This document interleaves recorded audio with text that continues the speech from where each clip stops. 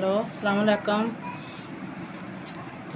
ਜ਼ਬਾਨ ਬੰਦੇ ਨੇ ਤੇ ਇਹਨਾਂ ਦੀ ਫੈਮਿਲੀ ਜਿਹੜੀ ਕਮਾਣੇ ਵਾਲਾ ਬੰਦਾ ਇਹਨਾਂ ਦਾ ਕੋਈ ਨਹੀਂ ਤੇ ਇਹਨਾਂ ਦੀ ਮਿਹਰਬਾਨੀ ਜੇ ਕੋਈ ਕਿਸੇ ਕੋਲ ਹੋ ਸਕੇ ਤਾਂ ਕੋਈ ਕਰ ਛੱਡਦਾ, ਨਾ ਹੋ ਸਕੇ ਤਾਂ ਕੋਈ ਨਹੀਂ ਜੀ। ਇਹ ਸਾਰੀ ਫੈਮਿਲੀ ਗੂੰਗੀ ਜੇ ਤੇ ਇਹਨਾਂ ਦਾ ਕਮਾਣੇ ਵਾਲਾ ਬੰਦਾ ਕੋਈ ਨਹੀਂ।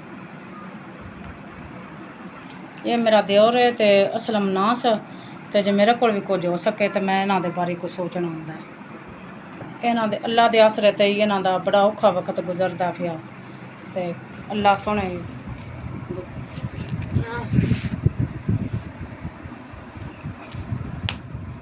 बाबा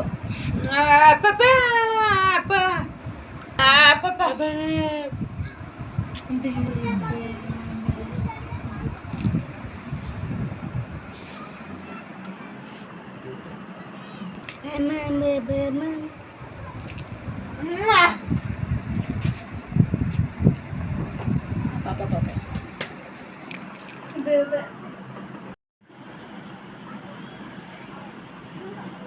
1 2 3 4 5 6 7 8 हेलो अस्सलाम वालेकुम।